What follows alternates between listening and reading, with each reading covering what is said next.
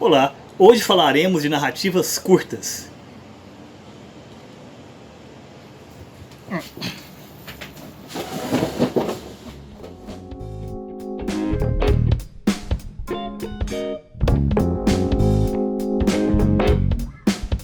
Bem, na aula passada falamos do romance, fizemos a apologia do romance, essa grande arte burguesa, que a partir da sua polifonia discute os grandes temas. Mas a pergunta que fica é: e o simples prazer de narrar? É possível que o escritor se dedique apenas a isso? Que ele não queira, pura e simplesmente, adentrar nessas esferas dos grandes debates, dos grandes épicos? Claro que sim. E podemos dizer que o conto, a narrativa curta, ela é o gênero, por definição, do narrador. E é claro, né, que existe todo um arcabouço histórico para discutir isso. Alguns teóricos colocam que os livros bíblicos, os contos bíblicos, as histórias bíblicas, são ali uma gênese do conto. Você pode considerar isso. Você pode também falar, por exemplo, do autor considerado o primeiro contista, de fato, que é o Luciano de Samosata, que escreveu o Cínico, o Asno. E dele veio toda uma tradição. Por exemplo, nós temos aqui Decameron, de Boccaccio, que são narrativas rápidas, velozes, um pouco safadas ali do período medieval. Falam da peste, falam das relações da sociedade com a igreja e por aí vai. Mas sem grandes pretensões estéticas, né? O que conta que realmente é esse prazer de narrar. Vale quase que a mesma coisa para os contos de Canterbury, do Chaucer, embora eu considere que enquanto estilo, né, é mais sofisticado, mas é mais ou menos a mesma lógica ali de narrativa, essa coisa de discutir a sociedade a partir de observações, né, do cotidiano, né, daquelas pessoas, né. Mudando de escopo cultural, nós temos As Mil e Uma Noites aqui na tradução do Malbataan. Todo mundo conhece essas histórias, né? Que se passam no Oriente e não são mil e uma.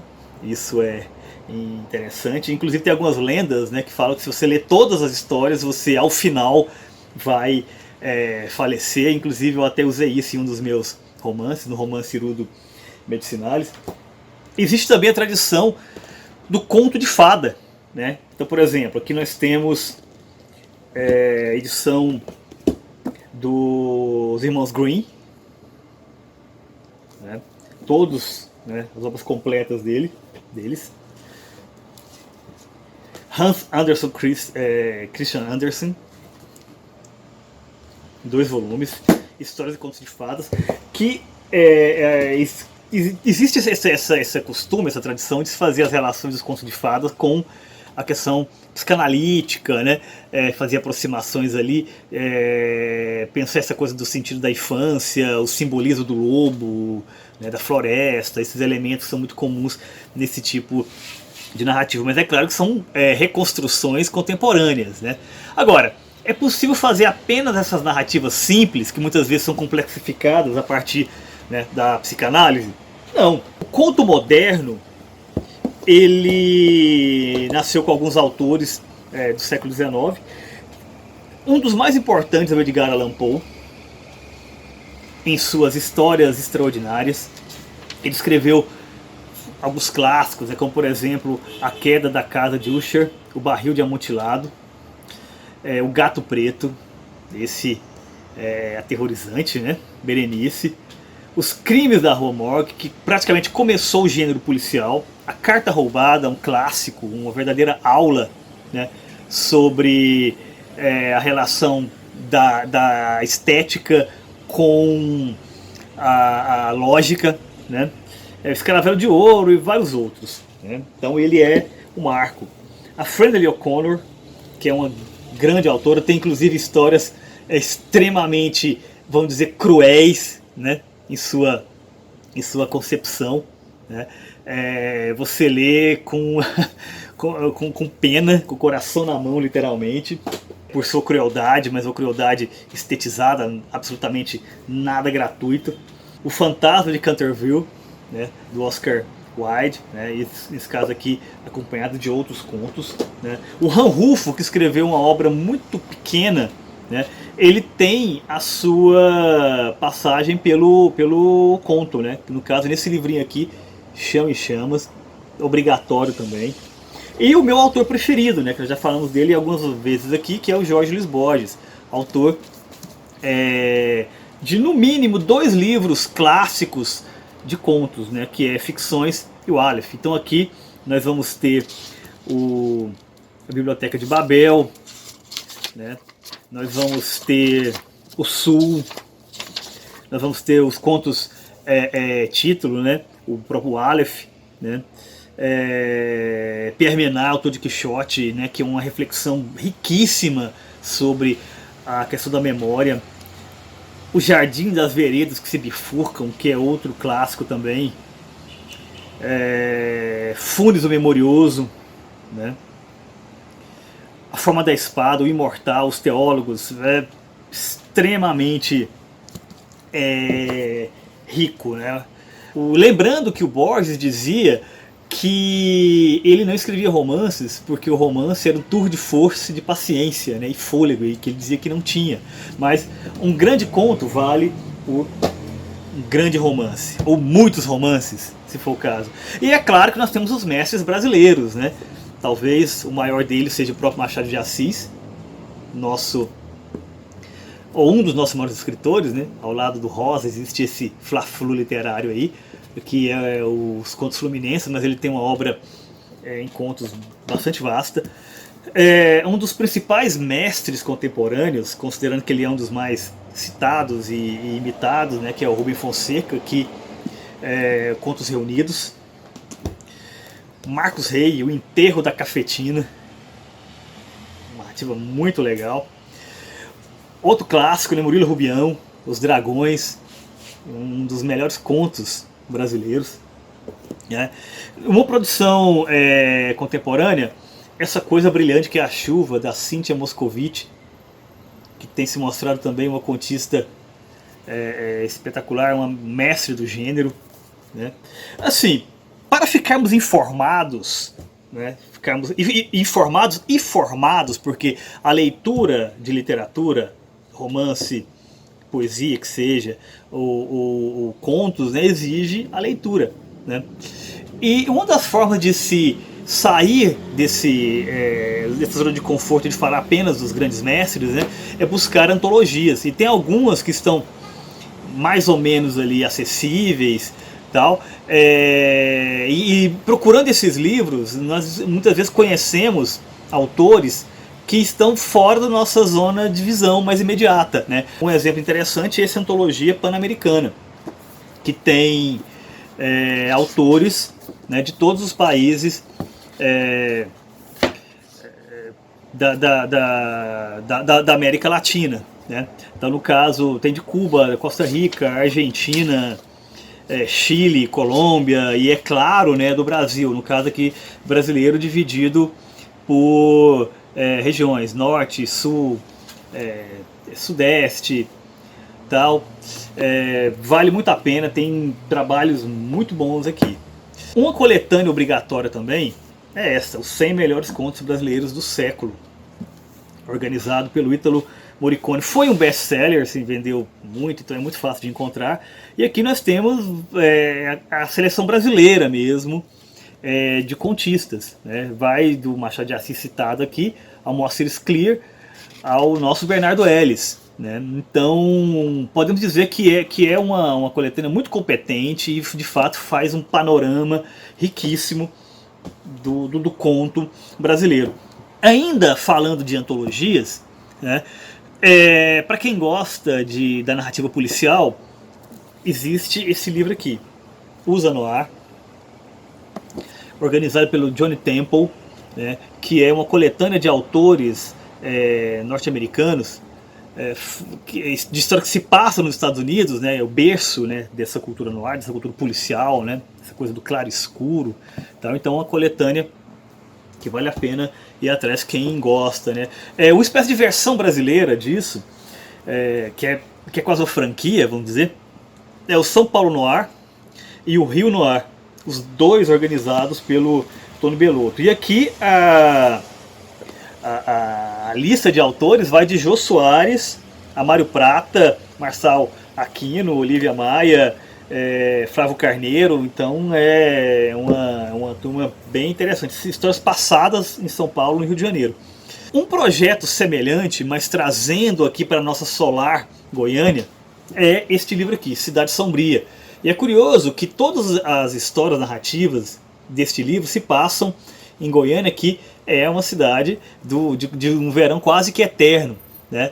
Mas o Sombria aqui fazendo essa referência ao noir e mostrando que é possível fazer essa literatura em qualquer lugar, né? Então nós temos aqui contos que, a partir desse espírito do noir, eles se passam nessa cidade brasileira, serratense, solar, que é Goiânia. O livro foi escrito, na verdade organizado pelo Adalberto Schneider, né, que tem um conto aqui também, ele é um dos autores, né, e ele me deu a honra de ser convidado para colaborar com um conto, que o meu conto é esse daqui, Quixote Noir, que é uma espécie de sátira, né, do gênero, que começa da seguinte forma: Sherlock Holmes era ignorante. Coisa instigante. É sempre fundamental você começar de um jeito que vai pegar o leitor, né? E vai deixar ele pensando, como assim? Sherlock Holmes ignorante? Caso tenha ficado curioso, procurem, certo? Outras coletâneas são essas aqui. Antologia do Conto Goiano 1 e 2, organizados ali na década de 90 pelas professoras Darcy França Denofrio, Vera Maria Titzman Silva e Maria Zaira Tuski, que faz ali um apanhado, um panorama da narrativa curta produzida em Goiás, ali do começo do século XX até a década de 90 aproximadamente. Não é, na verdade, uma continuação desse projeto, né, mas de alguma maneira acaba dialogando com ele, até porque eu cito na apresentação. Este livro foi organizado por mim, juntamente com os professores Everton Freitas e Carlos Augusto Silva, que é uma antologia do conto goiano contemporâneo. Por que uma antologia? Porque cada pessoa que for fazer as suas escolhas vai fazer escolhas pessoais. Então, portanto, essa é a nossa, né, antologia. Então, portanto, é uma possibilidade. E aqui nós enfocamos autores que estão produzindo, né, que estão aí, né? Por exemplo, Wesley Pérez, um autor importante, André de Leones, né, dois autores premiados, Flávio Paranhos, Itamar Pires, José Carlos Guimarães, que também é artista plástico, fez essa belíssima capa aqui. Ciro Flamarion Cardoso, ele colabora com um conto que é o seu único trabalho de ficção. Isso é muito honroso pra gente. Tem algumas lendas da literatura aqui também. A Maria Helena Cheim, o Augusta Faro, né, o Miguel Jorge, Ieda Schmaltz, Heleno Godoy. Então é uma coletânea, eu acredito, interessante. Eu também tenho um conto neste livro. Mas o meu objetivo aqui não é transformar essa aula, esse vídeo, em uma lista de dicas de leitura. É só essa, que é o conto. Como definir o conto? Como definir a short story, a noveleta, a história de folhinha, que são nomes que se dão para o conto. Um segundinho para vocês pensarem. Como definir o conto? O que é o conto?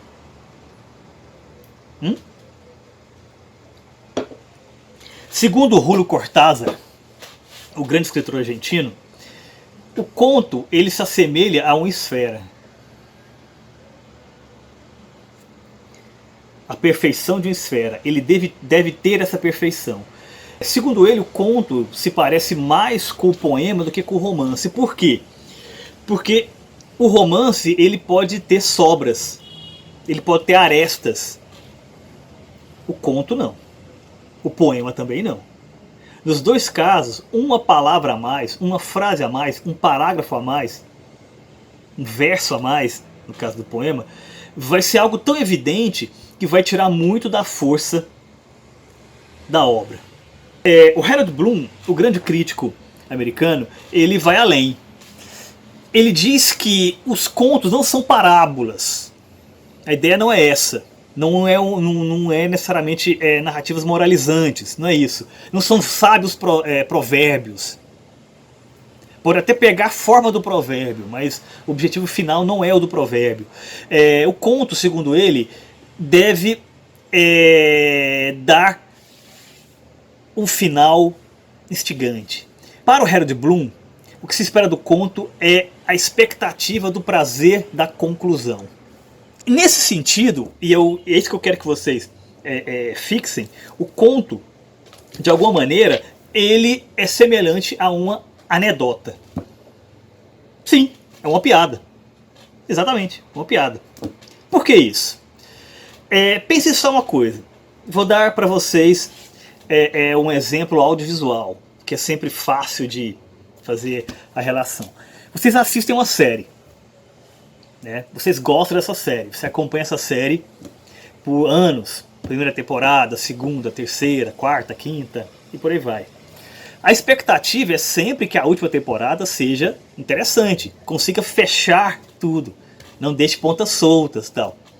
Não é isso? Chega a última temporada, você naquela expectativa, último episódio, você espera que tudo se resolva, as relações, né, se amarrem, e é uma decepção. É uma decepção. O que você faz? Você vai lamentar, com certeza isso já aconteceu com vocês, porém, vocês não se esquecem da trajetória, vocês não se esquecem do caminho. O romance, assim como a série, ela é uma viagem agradável. O bom romance e uma boa série é uma viagem agradável. Muitas vezes o final dessa viagem não é do nosso agrado, porém a viagem fica na memória. Agora, o conto, por sua rapidez, por sua velocidade, você lê um conto em poucos minutos muitas vezes, né? Ou dependendo do caso até em segundos, vamos falar sobre isso daqui a pouco. Se o final desagrada no romance, né, não tem problema, você pensa na viagem. Agora no conto não. No conto, como é tudo muito rápido, né, se o final não for interessante, se o final não tiver o impacto, a obra em si está prejudicada. A lógica do conto é essa, é a velocidade, a narrativa, a ideia que se conclui e o fecho instigante. A estrutura é essa, e deve ser essa. Agora, como você vai fazer isso pode ter diversas fórmulas. Por exemplo, o Fábio Lucas, que é um outro teórico da literatura que discute o conto, ele fala que existem diversas formas de anedota, pensando no conto nesse formato de perfeição, né, que não pode ter arestas, né, e tem que ser fechadíssimo. Lembrando que nem todo mundo sabe contar piadas, né? Ou seja, para você contar bem uma piada, você tem que ter o jeito. Para você escrever um conto, você tem que ter o jeito. E esse jeito não é necessariamente aquela coisa que nós falamos anteriormente, do talento para as grandes discussões. Não. É, de fato, a noção de narrativa, certo? E a narrativa concisa. Mas, segundo o Fábio Lucas, pode existir, por exemplo, a anedota de feição aberta. O que seria isso? Seria uma narrativa lírica, né, que vai tocar no psicológico, né, que vai tocar em elementos simbólicos, né. Um exemplo disso, brasileiro, por exemplo, é a nossa querida Clarice Lispector, que tem vários contos nesse sentido, esses contos que eles são contos sobretudo de atmosfera, né, que são contos que valem quase como prosa poética. Segundo o Fábio Lucas, um outro tipo de conto, e portanto de anedota, é a anedota de desvendamento de mistério. Voltando aos contos policiais, ele fala que esse tipo de narrativa se dá mais em narrativas de gênero. Por exemplo, o folhetim, na narrativa romântica ali, do encontro do casal, tal, então a policial. Um bom exemplo disso é esse livro aqui, organizado pelo Flávio Moreira da Costa, que são 100 melhores contos de crime e mistério, né, em que você tem essa narrativa que precisa ter uma conclusão satisfatória, porque o que importa ali é esse fechamento. E o terceiro tipo de anedota, segundo o Fábio Lucas, é a anedota de mistério sem solução. Então, se você tem, por um lado, do mistério que deve ser solucionado, né, você tem também o sem solução, que é aquele conto, aquela anedota, nesse sentido, estético, em que você apresenta um problema, mas você não precisa nem mostrar como esse problema começou e tampouco solucioná-lo. Um grande exemplo disso é este livro aqui, de ficção científica, do Ted Chiang, História de Sua Vida e Outros Contos, que ele usa a estética da ficção científica, aquelas histórias que se passam em um futuro próximo ou distante, né, discute um pouco de tecnologia, né, muitas vezes até de elementos teológicos e tal, mas que de uma forma muito mais interessante, muito mais importante do que isso, é a questão do sentido que a narrativa tem. Por exemplo, tem um conto aqui que se refere a anjos, né? Não se explica necessariamente o sentido do que é o anjo, né, conforme o personagem apresentado. Mas o anjo está lá e ele gera um elemento dramático que é interessante por si só. Ou seja, você não tem que resolver o mistério, mas você tem que mostrá-lo de uma maneira que seja interessante e instigante para o leitor. Esses contos são contos de atmosfera, metafísicos, existencialistas, né? O conto, por sua rapidez, né, por sua facilidade, por seu acesso, ele é talvez o gênero literário, por definição, da era da internet. Se você tem interesse em difundir sua obra, né, por que não fazer isso em sua rede social?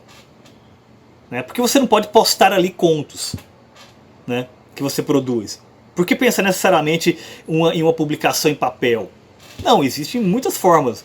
E uma dessas formas é a fórmula do chamado microconto.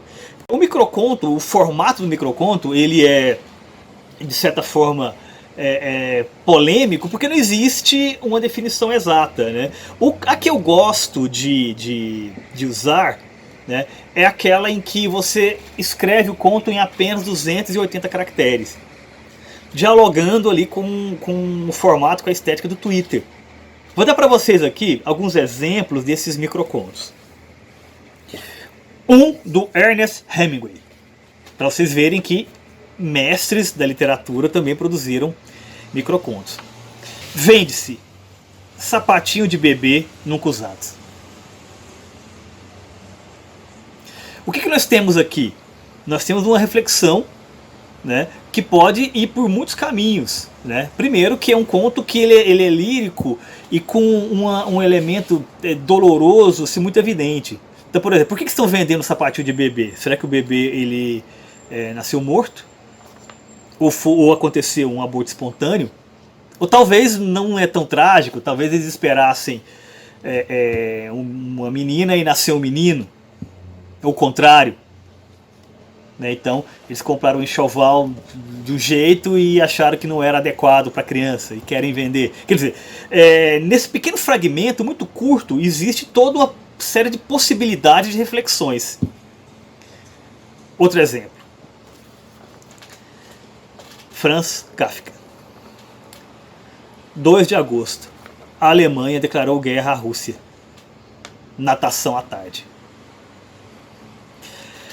É a vida cotidiana tentando sobreviver à guerra. Ou seja, houve um fato histórico, a declaração de guerra da Alemanha contra a Rússia, mas o que fazer? Ora, o que eu tenho marcado imediatamente é a aula de natação. É um momento em que eu vou ali, né, me divertir ou aprender a nadar para não morrer afogado, enfim, Tem muitas possibilidades aí. E, inclusive, uma de pensar na relação cotidiano-guerra, porque nós sabemos que a própria situação de guerra, mesmo sendo ela uma situação extrema, ela é composta de momentos extremos de combate, de batalha, de movimentação de tropas, mas entre esses momentos, que são muitas vezes momentos rápidos também, existem horas e dias ou semanas tal, de tempos mortos. E você pode ocupar esse tempo morto com o quê? Talvez com natação. Ou seja, o Franz Kafka é um personagem que ele é conhecido, né, por essas críticas ao mundo conforme nós o conhecemos, né? E criticar a guerra, né, como esse elemento que distorce muitas vezes a próprio sentido de humanidade e o cotidiano, né, que a humanidade constrói, é um caminho interessante. Ou seja, nesse conto aqui, de poucas palavras, poucas letras, né, nós temos quase que todo o sentido do Nada de Novo no Front, do Remarque. Aquela ideia de que é um romance de formação, né, mas que acaba com o personagem morto. O livro já tem algumas décadas, então não tem nenhum problema falar. Mas que no dia que ele morreu, não aconteceu nada de novo no front. Ou seja, o que aconteceu de importante foi a morte do indivíduo, mas aquilo só é importante para ele, não para o batalhão ou para a nação. Outro exemplo. Aqui é uma experiência, né, estética do Alan Moore, muito conhecido como quadrinista, mas ele tem suas experiências também na estética literária do conto e do microconto. Tempo. Inesperadamente inventei uma máquina do. Exatamente, né? Então essa experiência ele propõe uma estética circular, né? A primeira palavra é a última, né? E como foi tão rápido, né, que a ligação é imediata, né? Você nem precisa falar a palavra para que você já tenha, né, em mente. O nosso mestre brasileiro da narrativa ultra curta, super curta, é o Dalton Trevisan. E ele escreveu o seguinte microconto: a velha insônia tossiu 3 da manhã. Ou seja, a insônia é tão presente que ela se personificou. Agora, eu proponho que vocês escrevam seus microcontos, né? É um exercício extremamente rico e interessante, e que ele é marcado sobretudo pela ideia de que cada palavra deve significar uma ideia. Ou seja, não se desperdiça nada. É como diz o João Cabral de Melo Neto: você joga todas as palavras na água e é como catar feijão, né? O que subir você tira, certo? Mas lembrando sempre que o conto necessita do prazer de narrar. Agora, uma coisa fundamental é: esse prazer pode ser um prazer inteligente. Para encerrar aqui, eu gostaria de ler um microconto de Thomas Bailey, que é o seguinte: uma mulher está sentada sozinha em sua casa. Sabe que não há mais ninguém no mundo. Todos os outros seres estão mortos. Batem a porta.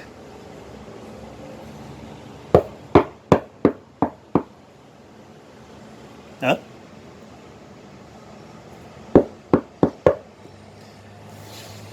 Gente, deixa eu só ver o que é. Achei que eu estivesse sozinho.